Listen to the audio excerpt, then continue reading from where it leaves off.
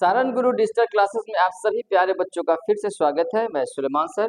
बच्चों, आज हम लोग बात करने वाले हैं मेल रिप्रोडक्टिव सिस्टम के बारे में। याद होगा पिछली वीडियो में मैं कॉमन कुछ कैरेक्टर्स के बारे में बात किया था कि बॉयज गर्ल्स में एडोलसेंस में जाने के बाद बच्चों कौन कौन सा चेंजेस वगैरह होता है।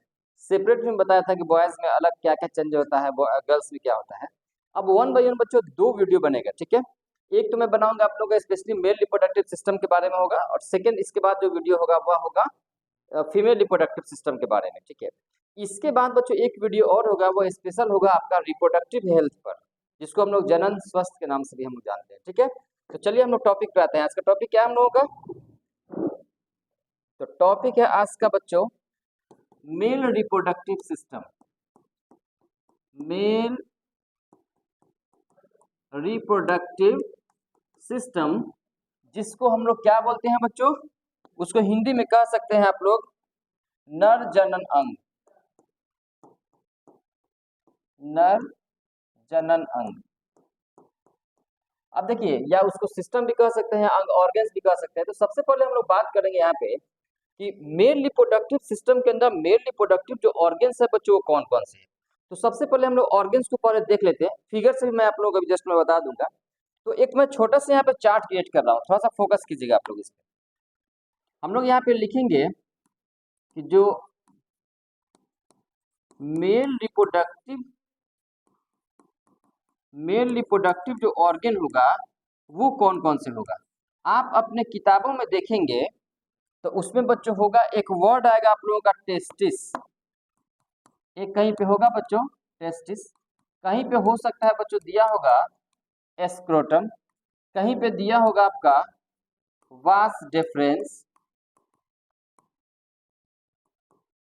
कहीं पे बच्चों दिया होगा इपीडिडाइमिस, कहीं पे बच्चों दिया होगा वास एफ्रेंस, उसको वास एफ्रेंसिया के नाम से भी हम लोग उसको जानते हैं। इसके बाद बच्चों कहीं पे दिया हो सकता है आपका दिया होगा पेनिस। ये सब टर्म्स होगा, ठीक है। लेकिन थोड़ा सा यहाँ पे एक चीज मैं और बता दूं, ये तो टेबल ये 10th के अकॉर्डिंग है, लेकिन जो बच्चा थोड़ा सा एडवांस कोई कंपटीशन वगैरह का तैयारी करता होगा तो उसके लिए बच्चों इस चार्ट पे थोड़ा सा फोकस कीजिए आप लोग। एक्चुअल में हम लोग बात करेंगे बच्चों मेल रिप्रोडक्टिव सिस्टम के बारे में। यहाँ पे देखिए मेल रिप्रोडक्टिव सिस्टम, जो बच्चा कोई भी कंपटीशन की तैयारी करेगा वो इस पे फोकस करेगा। एक्चुअल में बच्चों इसमें हम लोग सबसे पहले डिस्कस करेंगे कि मेल रिप्रोडक्टिव सिस्टम में सबसे पहले होता है बच्चों एक primary sex organ. Primary sex organ. Second में दिमाग में रखना है बच्चों आप लोगों को, इसके बाद होगा secondary sex organ. Secondary sex organ, okay. इस सेकेंडरी सेक्स ऑर्गन के अंदर भी आप लोग बात करेंगे यहाँ पे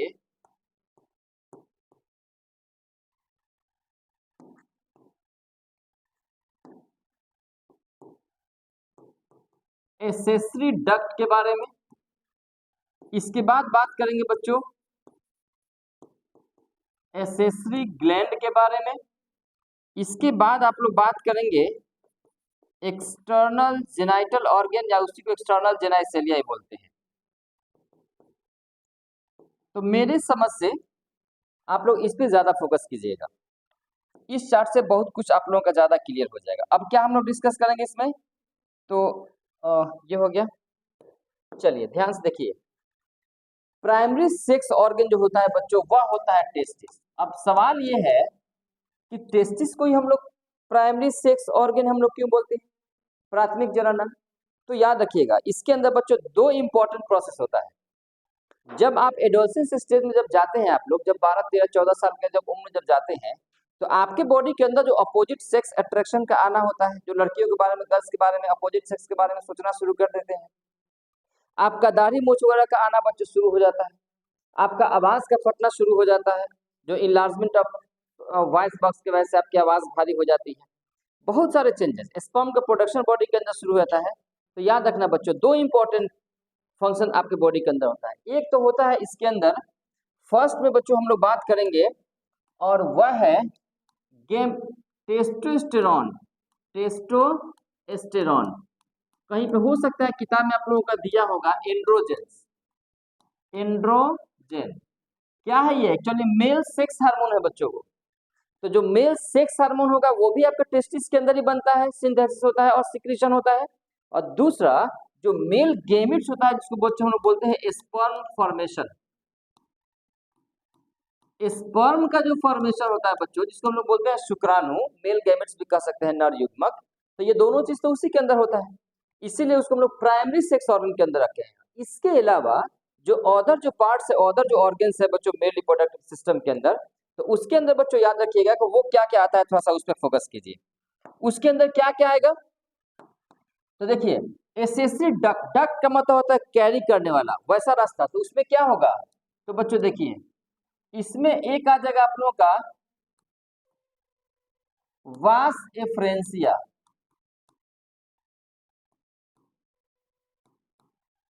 इसके बाद बच्चों वास एफ्रेंसिया के बाद एक आ जाएगा, यहां पे लिखिए इपीडिडाइमिस। सबका वन बाय वन फंक्शन में बताऊंगा। इसके बाद हम लोग बात करेंगे बच्चों वास डिफरेंस। इसके बाद हम लोग बात करेंगे वास इफ्रेंसिया का इपीडाइमिस वास, इसका यूरेथ्रा लिख लीजिए। तो ये हम लोग किस में रखेंगे? डक्ट में रखेंगे। हम लोग ग्लैंड्स के बारे में बच्चों, कुछ आपके बॉडी के अंदर कुछ इंपॉर्टेंट ग्लैंड्स भी होता है, वो कौन कौन सा बच्चों ग्लैंड्स होता है? तो ग्लैंड्स में याद रखिएगा तीन तरह का मेल में ग्लैंड होता है। एक होता है बच्चों प्रोस्टेट ग्लैंड, एक होता है बच्चों सेमिनल वेसिकल्स, सेमिनल वेसिकल्स, और एक होता है बच्चों जिसको बोलते हैं bulbo urethral gland. Bulbo urethral gland कहिए या उसी को बच्चों दूसरा नाम, उसी को हम लोग कॉपर्स ग्लैंड के नाम से भी हम लोग जानते हैं। फंक्शन बाद में बताएंगे अभी आप लोगों को, ठीक है। एक्सटर्नल जेनाइसेलिया या एक्सटर्नल जेनाइटल ऑर्गन बच्चों, इसमें क्या आता है? तो याद रखिएगा इसके अंदर बच्चों आता है पेनिस। इसके अंदर क्या आता है? पेनिस, जिसको हिंदी में हम लोग शीशन बोलते हैं, ठीक है। तो एक तो बच्चों ये हो गया हम लोगों का। तो चलिए अब हम लोग बात ये करेंगे, अगर फिगर के बारे में अगर हम लोग बात करें तो फिगर में कहां से लाऊं? यस, यहां से, this one. Just 1 minute, figure कहाँ चला गया? ये बैक, जस्ट 1 मिनट, मैं थोड़ा सा बच्चों इसको सेव कर दे रहा हूं मैं। 1 मिनट, थोड़ा सा फिगर को भी, डायग्राम को भी थोड़ा जानना आप लोगों के लिए जरूरी है।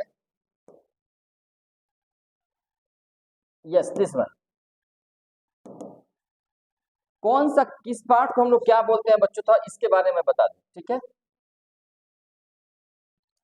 यही है आपका मेल रिप्रोडक्टिव सिस्टम, ठीक है। अब इसमें कौन सा क्या पार्ट है बच्चों, चलिए थोड़ा सा हम लोग इसको देख लेते हैं। देखिए तो ये जो मेल रिप्रोडक्टिव जो सिस्टम है बच्चों, नर जनन अंग, क्या है ये? हम लोग लिख सकते हैं कि diagram of male male reproductive organs, ठीक है। देखिए जो नीचे वाला जो पार्ट है बच्चों, दिस वन, इसको हम लोग बोलते हैं टेस्टिस। यह क्या है बच्चों? टेस्टिस है। यह जो पार्ट है दिस वन, ये वाला जो पार्ट है, इसको हम लोग बोलते हैं बच्चों इपीडिडाइमिस। ये जो पार्ट, ये जो गया है बच्चों डक्ट है, जो टेस्टिस है, अब इसका फंक्शन मैं सब मैं बता रहा हूं। ये होता है बच्चों वास डिफरेंस।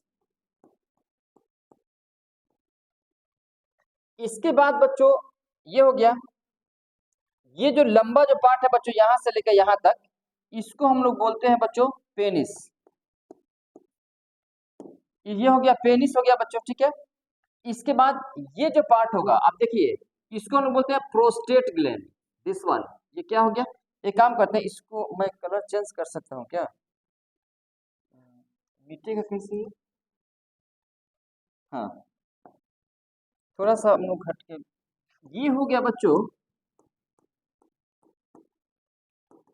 Prostate gland. अच्छा, इसके जस्ट नीचे आप लोग बच्चों ध्यान से देखेंगे तो छोटा छोटा यहाँ पे ग्लैंड है, इसका नाम होता है दिस वन बल्बोयूरेथ्रल ग्लैंड।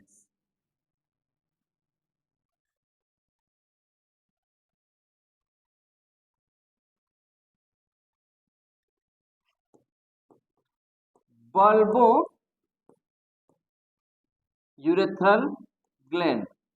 और तीसरा होता है बच्चों, देखिए तीसरा यहाँ पर ये जो रीजन है यहाँ पर बच्चों, इसको हम लोग बोलते हैं सेमिनल वेसिकल्स।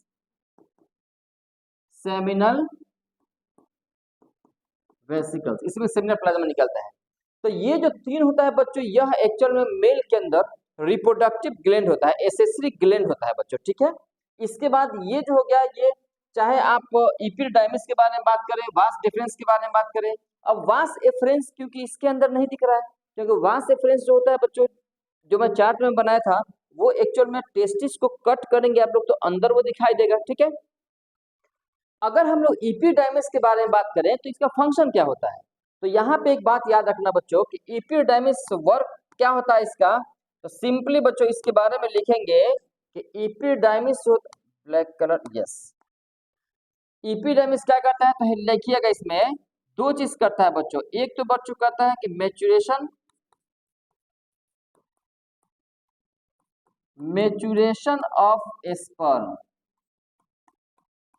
स्पर्म का मैच्यूरेशन यहाँ पे होता है, और दूसरा स्टोरेज ऑफ स्पर्म। मतलब क्या समझे, एक्चुअल में टेस्टिस के अंदर सेमनीफेरस ट्यूब्यूल्स में बच्चों स्पर्म बनता टेस्टिस के अंदर है, लेकिन वहां से बच्चों वह स्पर्म इपिडाइमिस में आता है वास एफरेंस होते हुए, ठीक है। तो टेस्टिस के अंदर सेमनीफेरस ट्यूब्यूल्स के अंदर स्पर्म बना, और वहां से स्पर्म वास एफरेंस होते हुए रीड टेस्टिस भी एक होता है पतला सा डक्ट, वो होते हुए इपिडाइमिस में आता है, और इपिडाइमिस में आने के बाद वो मैच्योर होता है वो, ठीक है।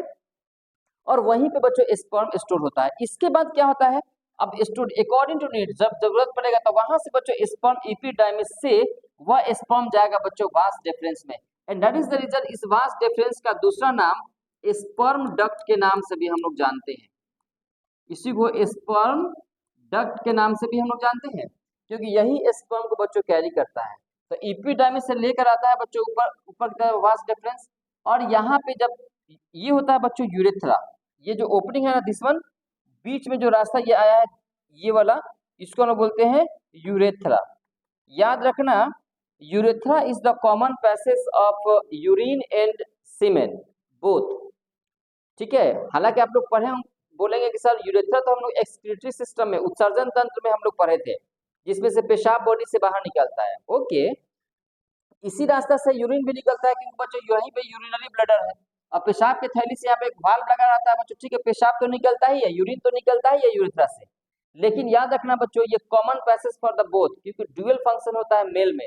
हाँ, फीमेल में सिर्फ यूरिन बॉडी से बाहर निकलता है बच्चों, लेकिन मेल में दो काम होता है, यूरिन के साथ साथ बच्चों स्पर्म भी निकलता है। तो कैसे निकलता है, तो यहाँ से इपिडाइमिस में जो स्पर्म स्टोर रहता है, यहाँ से बच्चों जाएगा ये वास डिफरेंस में, वास डिफरेंस से तो यहाँ पे एक जब नीचे आएगा, फिगर बहुत सही नहीं है ये, मैं बता दूं आप लोगों को। वास एक्चुअल में सेमिनल वेसिकल साइड में यहाँ पे रहता है, खैर उससे कोई बात नहीं है। तो सेमिनल वेसिकल से भी फ्लूइड निकलेगा, सेमिनल वेसिकल से आके यूरेथ्रा से अटैच होगा, वास डिफरेंस है बच्चों ये भी यूरेथ्रा से अटैच होगा, दोनों का ओपनिंग उसी में होगा, जिसको हम लोग इजाकुलेटरी डक्ट के नाम से भी हम लोग जानते हैं, ठीक है। तो स्पर्म ऐसे ऐसे बच्चों आएगा, फिर आकर वो आकर यूरेथ्रा में जुड़ जाएगा, किसके साथ, यूरेथ्रा में, और वही यूरेथ्रा के द्वारा बच्चों बाहर निकलता है वो, ठीक है। अब इसका भी है बच्चों ये पेनिस जो होता है, सीशन इसको हिंदी में बोलते हैं, सीशन का भी ये ग्लांस पेनिस पार्ट है, ये वाला दिस वन, ये वाला रीजन ग्लांस पेनिस कहलाता है। ये जहाँ पे ओपनिंग रहता है बच्चों, जहाँ से पेशाब बाहर निकलता है यहाँ इस तरीके से, उसको यूरेथ्रल मेटस के नाम से भी हम लोग जानते हैं। तो वो सब चीज आप लोगों को नहीं जाना, इसलिए मैं नहीं बता रहा। तो ये आप लोग समझ गए, ये क्या होता है बच्चों, पेनिस हो गया, ये हो गया जो गोल वाला जो स्ट्रक्चर है बच्चों, टेस्टिस हो गया जो कि हमेशा पेयर में रहता है, दो रहता है बच्चों। इसके बाद ये वास डिफरेंस या स्पर्म डक्ट के नाम से जानते हैं, ये बच्चों खैर पेनिस में लिख ही दिया हूँ। बीच में जो रास्ता होता है बाहर निकलने के लिए, उसको हम लोग यूरेथ्रा बोलते हैं वो, ठीक है। तो चलिए ये बातें हो गई, अब हम लोग आते हैं बच्चों टॉपिक पे।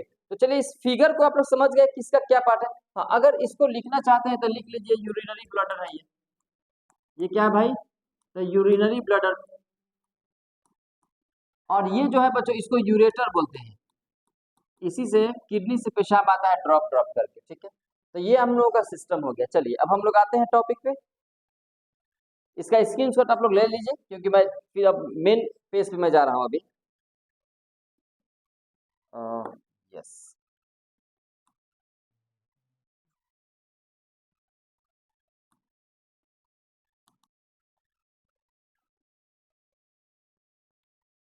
यस हम लोग यहाँ पे थे बच्चों। तो चलिए दूसरा पेज लाइए। तो मेन रिप्रोडक्टिव सिस्टम बच्चों क्या देखे आप लोग, प्राइमरी सेक्स ऑर्गन टेस्टिस हो गया। टेस्टिस को प्राइमरी सेक्स ऑर्गन क्यों बोलते हैं, क्योंकि याद रखिएगा इसी के अंदर मेल सेक्स हार्मोन, ये दोनों क्या होता है बच्चों, तो याद रखिएगा यह सेक्स हार्मोन होता है, सेक्स हार्मोन इसको बोलते हैं, मेल सेक्स हार्मोन में बोलते हैं इसको, ठीक है। इसका स्पर्म का फॉर्मेशन जिसको स्पर्मेटोजेनेसिस के नाम से बच्चों हम लोग जानते हैं। इसके बाद एसेसरी डक्ट बच्चों, एसेसरी डक्ट में ये चीज आता है, ये सब रास्ते हैं स्पर्म को एक से दूसरे जगह जाने के लिए, ठीक है। वास एफरेंस कैसे, अभी जस्ट मैं एक बहुत ही यूनिक चीज में बता रहा हूँ, चलिए मैं बता ही दे रहा हूँ। आइए इस पे, आप टेस्टिस के अंदर बच्चों जब स्पर्म बनता है ना, तो याद रखना सबसे पहले हम लोग बात करेंगे ये जो बच्चों टेस्टिस है, टेस्टिस के अंदर जो स्पर्म बना, यह बनने के बाद बच्चों एक्चुअल में टेस्टिस के अंदर एक होता है सेमनीफेरस ट्यूब्यूल्स। टेस्टिस के अंदर क्या होता है तो याद रखना, यह हम लोग बात करेंगे टेस्टिस के इसके अंदर एक होता है बच्चों सेमनीफेरस ट्यूब्यूल्स, सेमनीफेरस ट्यूब्यूल, इसी के अंदर स्पर्म बनता है। अब बच्चों वह जो वहां से कहा जाता है, तो वहां से बच्चों जाता है वो एक्चुअल में एक पतला सा डक्ट होता है जिसको बोलते हैं रीड टेस्टिस। इसके बाद जाता है बच्चों वह वास एफरेंस में, इसके बाद जाता है बच्चों स्पर्म इपिडिडाइमिस में, इसके बाद बच्चों जाता है वो वास डेफरेंस में, वास डेफरेंस से बच्चों वो जाता है आपके यूरेथ्रा में, ठीक है। तो बना यहाँ पे और यूरेथ्रा से बच्चों बाहर निकला, तो ये सीक्वेंस है बच्चों, याद रखिएगा। टेस्टिस के अंदर सेमनीफेरस ट्यूब्यूल्स, मैं डीपली नहीं बता रहा हूँ बच्चों, अब अगर मैं आगे में बढ़ता तो सेमनीफेरस ट्यूब्यूल्स के अंदर ये बच्चों क्या होता है, उसमें आपका लोब्यूल्स होता है बहुत सारा। अब उसके अंदर हम लोग बात करेंगे टेस्टिकुलर लोब्यूल्स के अंदर, वो आगे हो जाएगा, उसके बारे में मत आप लोग सोचिए। उसके अंदर मेल जर्म सेल भी होता है, जिसको स्पर्मेटोगोनिया होता है, लैडिक सेल्स होता है, तो वो थोड़ा सा 12 स्टैंडर्ड का हो जाएगा आप लोगों के लिए काफी। कि टेस्टिस के अंदर सेमनीफेरस ट्यूब्यूल्स होता है बच्चों, उस सेमनीफेरस ट्यूब्यूल्स में स्पर्म का फॉर्मेशन होता है। यहाँ पे आप लोग लिख सकते हैं एक चीज कि स्पर्म का फॉर्मेशन इसी के अंदर होता है, स्पर्म फॉर्मेशन। तो स्पर्म का फॉर्मेशन सेमनीफेरस ट्यूब्यूल्स में होगा। यहाँ से पतला सा एक डक्ट होता है बच्चों रेड टेस्टिस, उसके अंदर जाता है, फिर उसको होते हुए वास एफरेंस में आता है, वास एफरेंस से बच्चों इपिडाइमिस में, इपिडाइमिस में स्टोर होता है स्पर्म, स्टोर स्पर्म, ठीक है। इसके बाद वास डिफरेंस जिसको स्पर्म डक्ट के नाम से जानते हैं, वो कैरी करके ऊपर की तरफ लेकर आता है, फिर यूरेथ्रा से कनेक्ट करता है, और यूरेथ्रा से बच्चों क्या होता है, वो यूरेथ्रा से आउट हो जाता है, ठीक है, बाहर निकल जाता है वो। तो सिर्फ स्पर्म ही बच्चों बाहर नहीं आता है, स्पर्म के साथ प्रोस्टेट ग्लैंड से निकलने वाला कुछ जो व्हाइट मिल्की फ्लूइड जो होता है वो भी रहता है, सेमिनल वेसिकल से बच्चों निकलने वाला जो फ्लूइड होता है सेमिनल प्लाज्मा वो भी रहता है। इसीलिए तो बच्चों याद रखिएगा, आप लोग वर्ड हमेशा इस्तेमाल करेंगे सीमेन, याद होगा कि 3 चीज, एक तो प्रोस्टेट सिक्रीशन, यहाँ पे एक यूनिक बात जान लीजिए, प्रोस्टेट सिक्रीशन मतलब उसका जो फ्लूइड होता है। दूसरा बच्चों हो गया आपका सेमिनल वेसिकल से निकलता है सेमिनल फ्लूइड, सेमिनल फ्लूइड कहिए या बच्चों सेमिनल प्लाज्मा कहिए, अब प्लस तीसरा होता है बच्चों स्पर्म।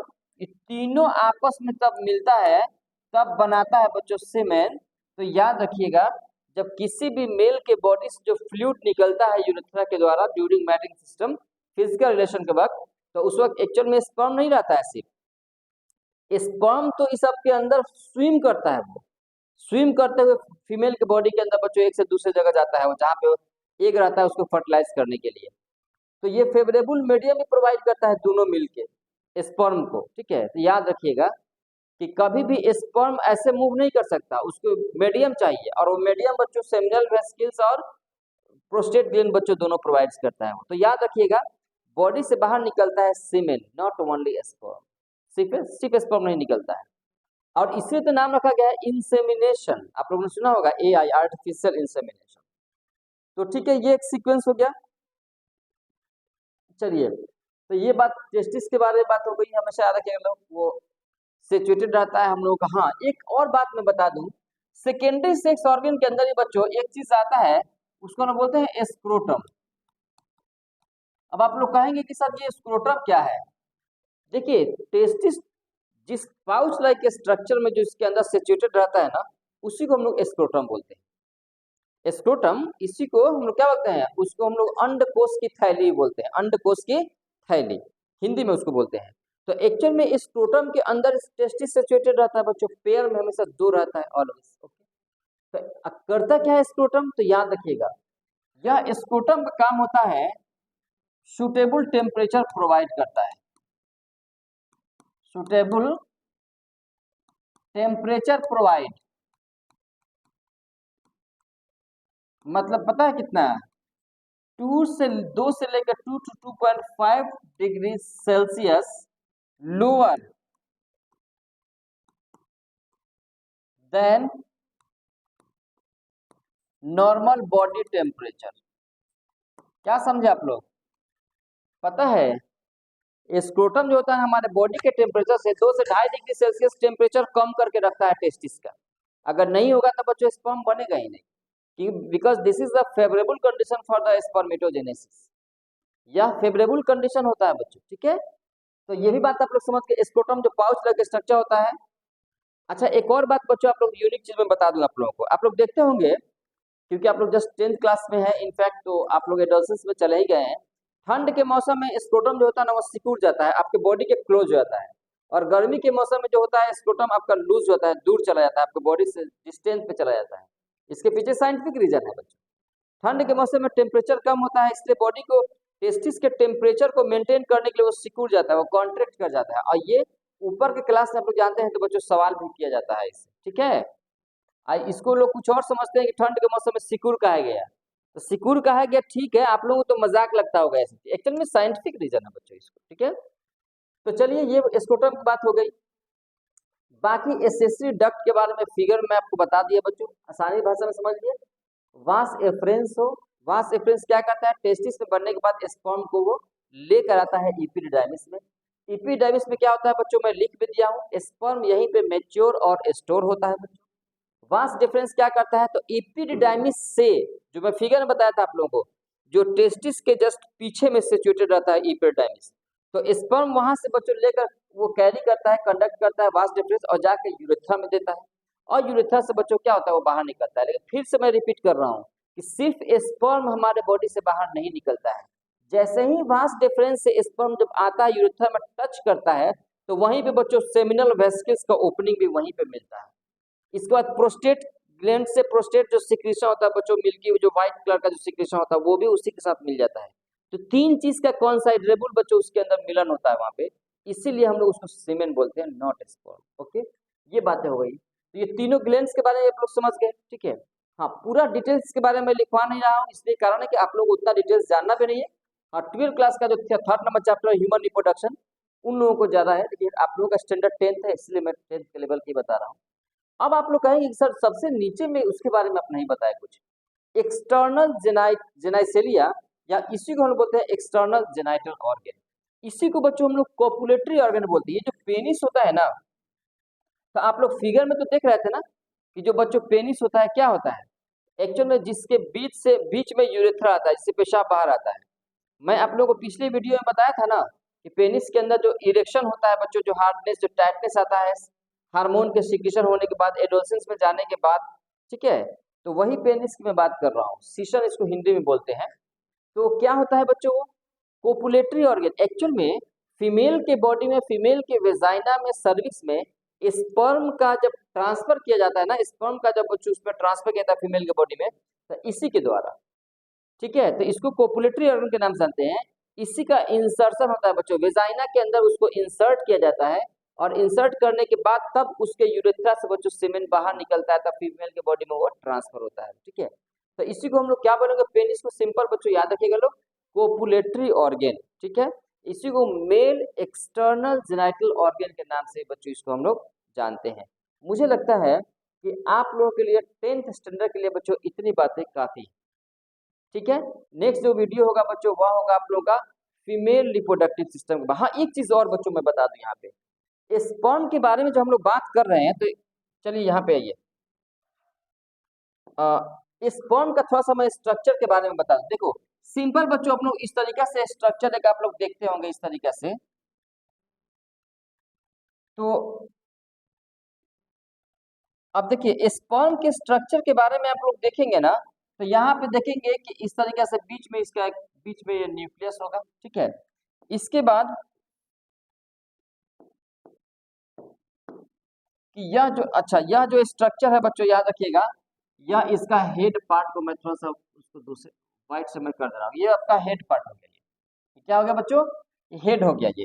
अच्छा इसी के ऊपर बच्चों एक और मैं अलग तरह का स्ट्रक्चर मैं बना रहा हूँ। अब आप लोग कहेंगे सर वो क्या बना रहे हैं, एक्चुअल में बच्चों यहाँ पे हेड पार्ट के ऊपर यहाँ पे एक एक्रोजोम रहता है, एक इंजाइम्स होता है, मैं बता दे रहा हूँ क्या होता है वो इंजाइम्स। क्या हो रहा है यार,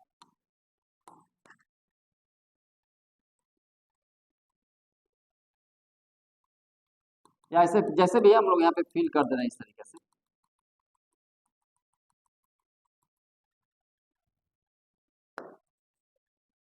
इसके बाद बच्चों एक और चीज यहाँ पे समझिए, ये जो रीजन होता है ना बच्चों, इस रीजन में यहाँ पे ऐसे ऐसे स्ट्रक्चर रहता है।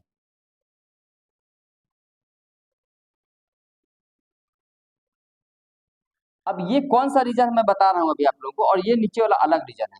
तो देखिए अगर आप स्पर्म के बारे में बात कर रहे हैं ना, तो ये बच्चों ये एक्चुअल में हेड रीजन होता है। क्या होता है, ये हेड रीजन है। ये जो होता है बच्चों ये नेक है, गर्दन है।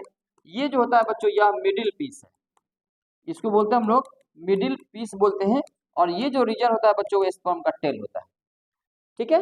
जो शुक्राणु का बच्चों यही स्ट्रक्चर होता है। अब यहाँ पे एक चीज मैं इंपॉर्टेंट बताऊंगा कि ये जो स्ट्रक्चर है ना यहाँ पे, इसको हम लोग बोलते हैं एक्रोसोम।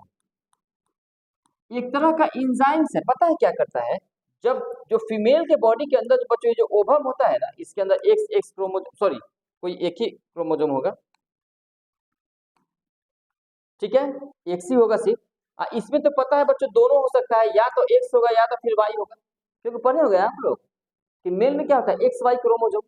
तो अब डिपेंड करता है कि अलग अलग जो स्पर्म बनता है वो किसी में एक्स क्रोमोजोम भी हो सकता है और वाई क्रोमोजोम भी हो सकता है। खैर इसके बारे में आप लोगों को हेरिडिटी इवोल्यूशन चैप्टर में जब सेक्स डिटर्मिनेशंस के बारे में बताऊंगा, लिंग निर्धारण के बारे में, तो वहां मैं बताऊंगा सारे क्रोमोजोमल पैटर्न के बारे में। यहाँ पे बच्चों देखिए स्पर्म का बच्चों यही स्ट्रक्चर होता है, ठीक है। अब इसमें एक्रोजोम क्या करता है कि जैसे ही स्पर्म जब ट्रांसफर होता है फीमेल के वेजाइना में, तो वहां से बच्चों वो स्पर्म क्या होता है कि वो जाता है फीमेल के बॉडी के फैलोपियन ट्यूब में, और फैलोपियन ट्यूब में जाने के बाद वहां पे ओवम बच्चों मौजूद रहता है इस्मस रीजन के पास, जो कि मैं बताऊंगा फीमेल रिप्रोडक्टिव सिस्टम में। अब वहां पे जाके बच्चों यही एक्रोजोम क्या करता है, इसके वाल को रेप्चर करने का काम करता है। अब उसके बाद इसका न्यूक्लियस इन कर जाता है, इसके बाद ओवम के अंदर उसके न्यूक्लियस क्रोमोजोम जाके दोनों आपस में मिल जाता है, फिर बच्चों उसको फर्टिलाइजेशन जाइगोट बनता है, यूग्नस बनता है। तो ये बातें हो गई। तो हेड रीजन में बच्चों क्या होता है, न्यूक्लियस रहता है, इसको हम लोग यहाँ पे लिख सकते हैं। ये कौन सा रीजन है भाई, तो ये न्यूक्लियस है, ठीक है। नेक रीजन बस कनेक्ट रहता है। ये मिडिल पीस में बच्चों क्या करता है कि इसके अंदर बहुत सारा माइटोकॉन्ड्रिया रहता है। क्या कंटेंट करता है, कंटेन न्यूमरस माइटोकॉन्ड्रिया, बहुत सारा न्यूमरस माइटोकॉन्ड्रिया। अब आप लोगों को तो पता ही है कि माइटोकॉन्ड्रिया क्या करता है, पावर हाउस ऑफ सेल्स को लोग बोलते हैं। तो यही माइटोकॉन्ड्रिया बच्चों एनर्जी बनाता है, और पता है यह एनर्जी बनाकर प्रोवाइड करता है किसको, टेल को। किस लिए, मूवमेंट्स के लिए। तो ये टेल का काम क्या होता है बच्चों, टेल ही तो मूव करता है तो स्पर्म आगे की तरफ बढ़ता है, तो यह मूवमेंट्स में हेल्प करता है बच्चों, टेल स्विम करने में, तैरने में, ठीक है। तो बस ये एक स्पर्म का बच्चों फिगर है, मेल के बारे में बच्चों इतना आप लोग दिमाग में बैठा लीजिए, बिल्कुल सबको अच्छी तरह वीडियो को देख लीजिए, 20-25 मिनट का तो वीडियो है ही। नेक्स्ट जो वीडियो होगा बच्चों वह होगा फीमेल रिप्रोडक्टिव सिस्टम के बारे में, ठीक है। फिर इसके बाद दोनों को मैं मिलाऊंगा, क्योंकि जाहिर सी बात है हम लोग सेक्सुअल रिप्रोडक्शन के बारे में बात करें, हम लोग बच्चा भी पैदा कराना है, तो बच्चा हम लोग कब पैदा कराएंगे? जाहिर सी बात है मेल और फीमेल आपस से मिलेगा, दोनों का गेमिट्स आपस से मिलेगा, फीमेल के बॉडी में, फिर 9 महीना प्रेगनेंसी में 9 महीने तक बेबी का डेवलपमेंट होगा, ये सब कुछ हम लोग कराएंगे। फाइनली हम लोग लैक्टेशन तक हम लोग पढ़ेंगे बच्चों, डिलीवरी होने के बाद बच्चा को दूध तक पिलाने वाली बात भी हम लोग करेंगे, एवरीथिंग सब कुछ। लेकिन उससे पहले आप पहले उस ऑर्गन के बारे में तो समझ लीजिए। तो आज का सिर्फ रहा बच्चों मेल रिप्रोडक्टिव सिस्टम, ठीक है, फिर हम लोग फीमेल रिप्रोडक्टिव सिस्टम, फिर इसके बाद फिजिकल रिलेशन कराएंगे, मैटिंग सिस्टम करेंगे।